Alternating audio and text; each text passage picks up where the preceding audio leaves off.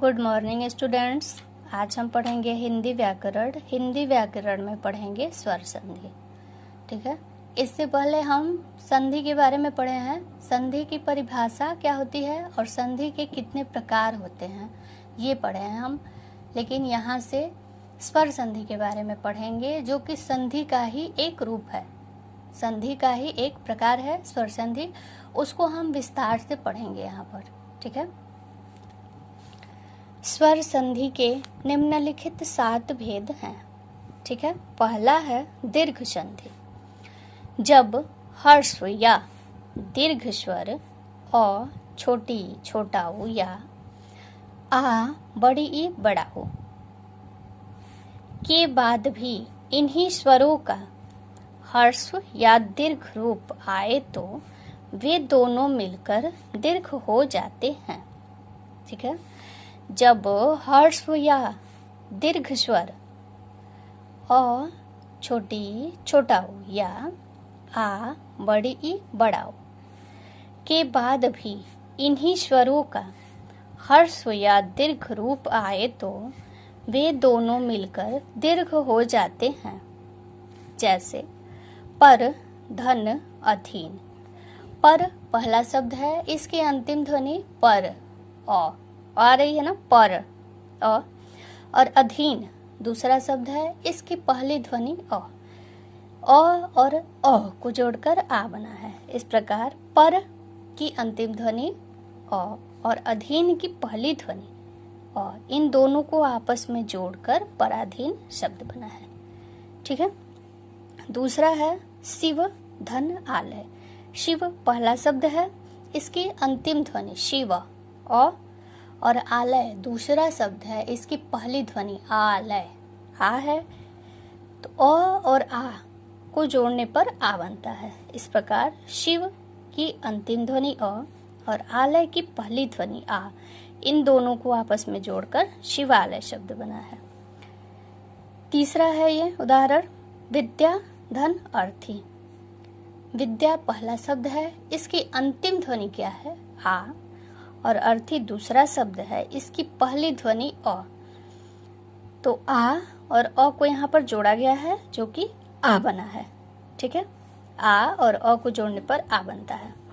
इस प्रकार विद्या की अंतिम ध्वनि आ और अर्थी की पहली ध्वनि अ, इन दोनों को आपस में जोड़कर विद्यार्थी शब्द बना है।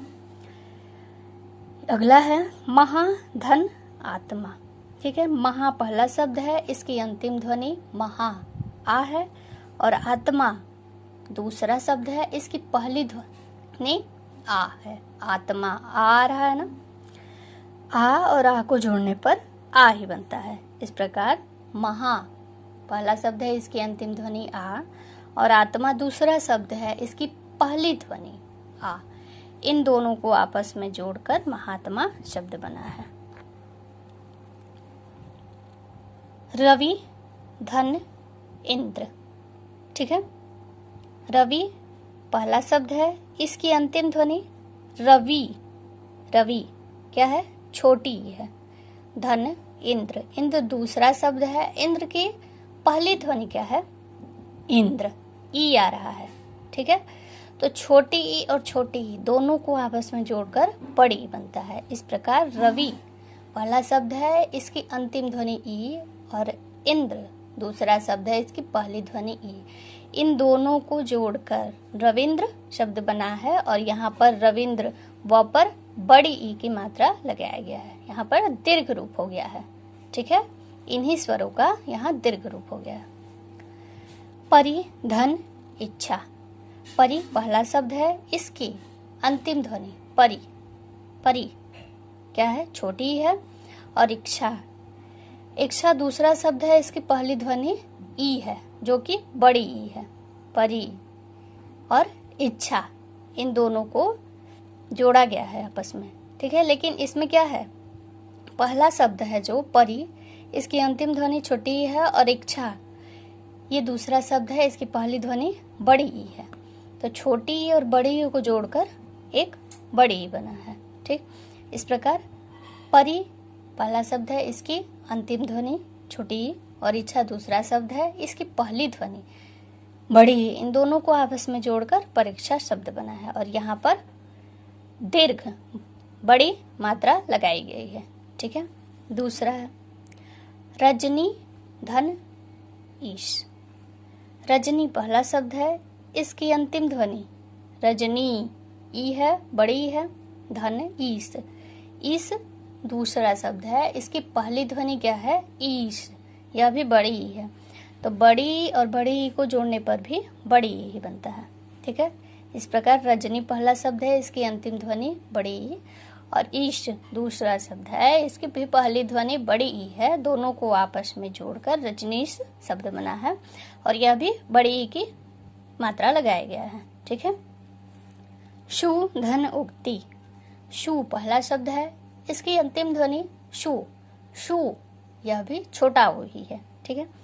धन उक्ति।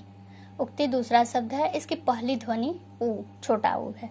तो छोटा ऊ और छोटा ऊ को जोड़कर एक बड़ा ऊ बनता है। इस प्रकार स्तु पहला है, इसकी अंतिम ध्वनि छोटा ऊ, और उक्ति दूसरा है, दूसरा शब्द है, इसकी पहली ध्वनि ऊ।